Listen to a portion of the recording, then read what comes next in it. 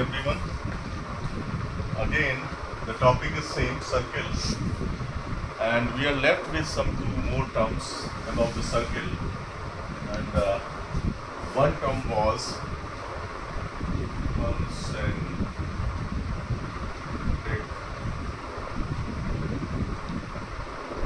concentric circles क्या होता है? ये है एक टर्म छूट गया था, क्या होता है कंसेंट्रिक सर्कल?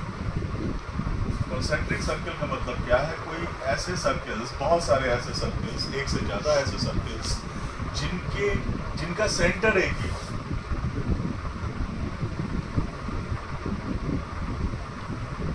जिनका सेंटर एक ही हो, वो सारे कैसे बोले जाएंगे? Concentric circle. इनका सभी का सेंटर एक ही है, ठीक है?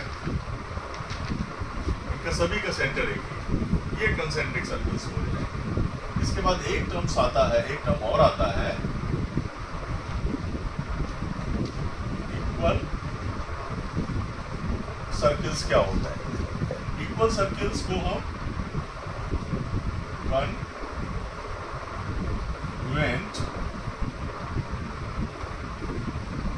सर्कल्स भी बोलते हैं, ठीक है? इक्वल सर्कल वो होंगे जो देखने में इक्वल लगे। देखने में इक्वल लगे मतलब जिनका साइज एक ही लगेगा कि भाई दो सर्कल हैं वो इक्वल है। अब दो इक्वल सर्कल बनाने तो इसी से बनाएंगे।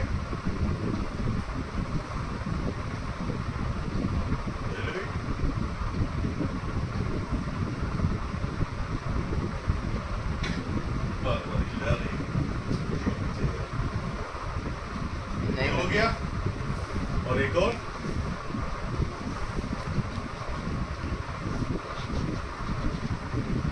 इक्वल सर्कल बनेंगे कैसे? कैसे बनेंगे? जब उनकी रेडियाई सेम होगी। इक्वल कब होंगे? इनकी रेडियस दोनों इक्वल रेडियस होगी, आर इसकी भी आर इसकी भी। अगर ये 2 सेंटीमीटर है तो ये भी 2 सेंटीमीटर होना चाहिए, व्हाटएवर जो भी। तो उन सर्कल्स को हम इक्वल सर्कल्स बोलेंगे या फिर कॉन्ग्रुएंट सर्कल भी बोलेंगे। कैसे? अब यही है कटोरी, इसके ऊपर उठा के रख दो, इसके ऊपर उठा के रख दो, यही सर्कल यहाँ से उठाओ, इसके ऊपर, मतलब they should overlap, one should hide another. यही कॉन्ग्रुएंट सर्कल में क्या होता था? One triangle should hide another triangle, then only two triangles or two circles will be called as congruent or equal circles. This is what about the terms related to circles. ये सारे ऐसे terms थे जो circles से related थे। अब एक theorem और बच जाती है जिसको हमें और कर लेना चाहिए। वो थ्योरम क्या है? थ्योरम 18.5 मतलब फिफ्थ थ्योरम क्या है? बताओ भैया। There is one and only one circle. There is one and only one circle. one and only one circle. only One circle one circle passing through passing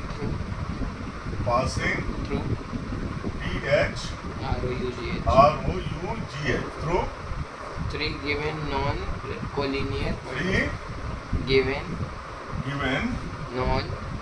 non four linear points. linear की spelling यही है,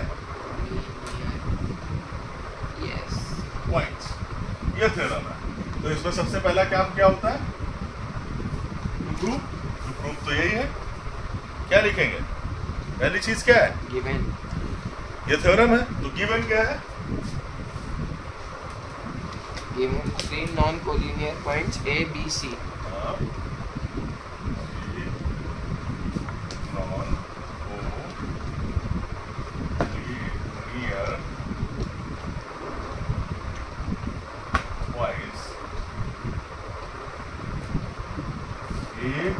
B, C भैया ले लेते हैं। एक ए ले लिया, B पॉइंट यहाँ पे ले लिया और C पॉइंट यहाँ ले लिया, ठीक है? अब कंस्ट्रक्शन कर लेते हैं।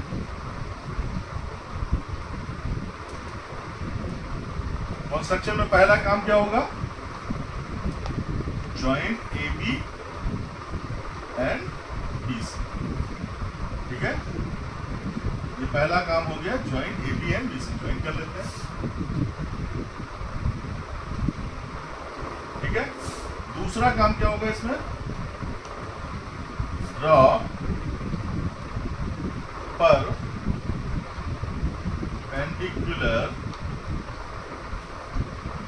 perpendicular bisectors of line segments AB and BC. Means AB and BC. and BC. ये खींच लेते हैं, Say ये खींच लेते हैं। say अरे चुप रहा यार। PQ कितना आता है परपेंडिकुलर बाइसेक्टर, ये हमने पढ़ा हुआ पहले ही। तो पूरा ये सुनेंगे कि नहीं? PQ ले लेते हैं और ये RS ले लेते हैं। तो परपेंडिकुलर बाइसेक्टर्स का नाम दे देते हैं से PQ एंड RS। ठीक है, ये तो परपेंडिकुलर दो बाइसेक्टर हैं। अब ये दोनों मिलते हैं कहाँ, which meet at point O। O पे इनको मिला देते हैं। ठीक है, क्लियर। अब ये मिल गए हैं तो इधर से रब कर लेते हैं भाई।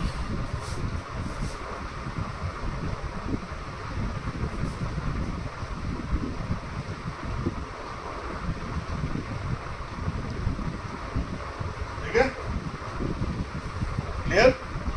और कंस्ट्रक्शन में कोई काम बचा है, जॉइंट AO OB NOC, ये काम बचा तीसरा, joint OA OB and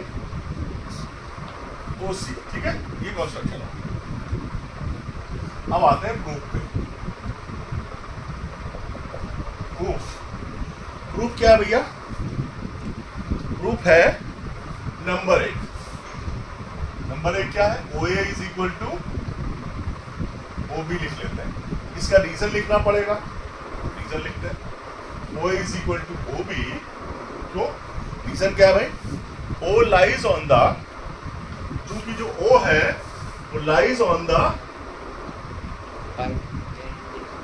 drawing तो कर ले भाई।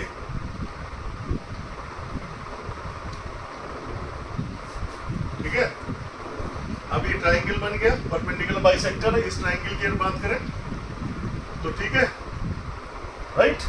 और इस लाइन का AB का बाइसेक्टर है ये। तो ये क्यों है, OA is equal to OB क्यों होगा, because O lies on the perpendicular bisector PQ। इस पे लाई कर रहा है, perpendicular bisector PQ of AB। AB line है, उसका परपेंडिकुलर बाइसेक्टर PQ है। तो क्या लिखेंगे, O lies on the perpendicular bisector of perpendicular bisector PQ of AB line AB इसका है, AB का बाइसेक्टर है ना। अब क्या खास बात है, लाइन सेगमेंट। ठीक है, लाइन सेगमेंट लिख लेते हैं इसको, क्योंकि लाइन सेगमेंट है ये, लाइन सेगमेंट AB। ठीक है, लाइन सेगमेंट AB। अब इसकी खास बात क्या है, which will be yeah, which is equidistant from end point each end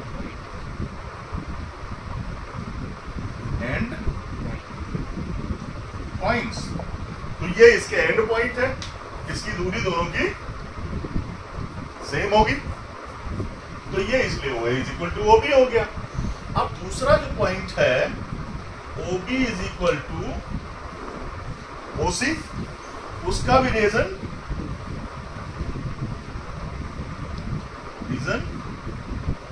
same as,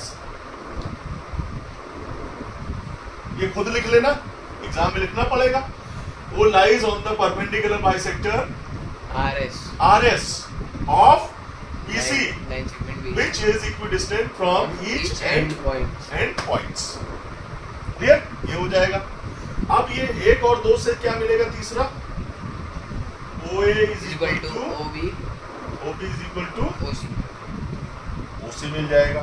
ठीक, from 1 and 2, क्या from 1 and 2, हाँ, from 1 1 and 2 मिल जाएगा।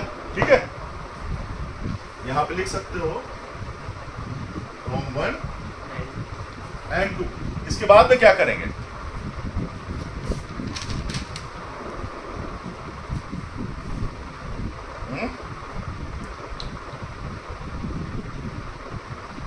ठीक है, ये पॉइंट 1 2 हो गया।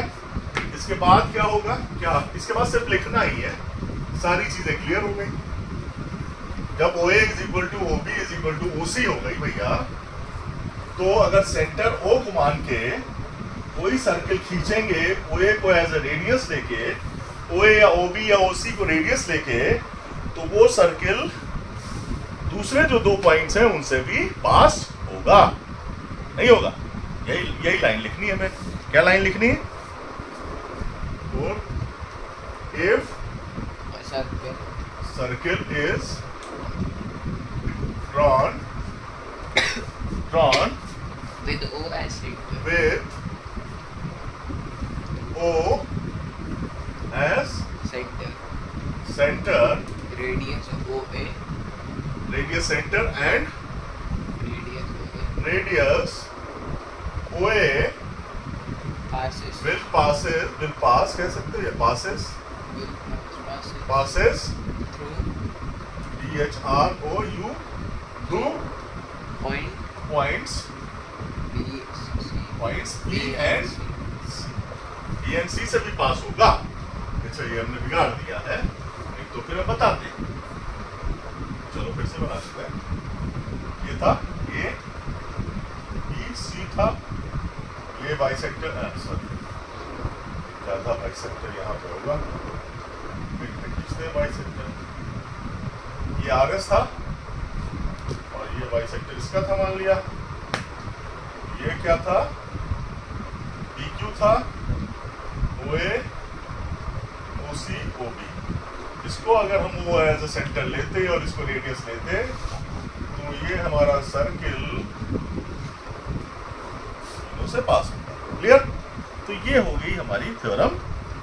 तो हम इसका अब क्या हो गया, क्या कह सकते हैं? देयर इज, प्रूव हो गई हमारी, there is only one circle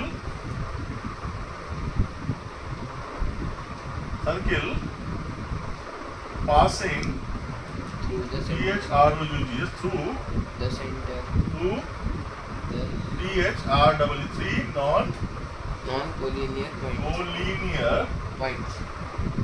linear points। Prove हो गई। ठीक है, ये है।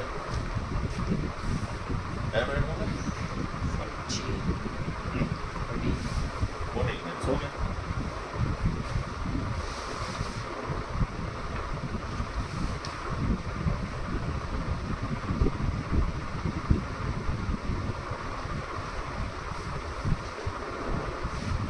इतना ही रखते हैं। Thank you.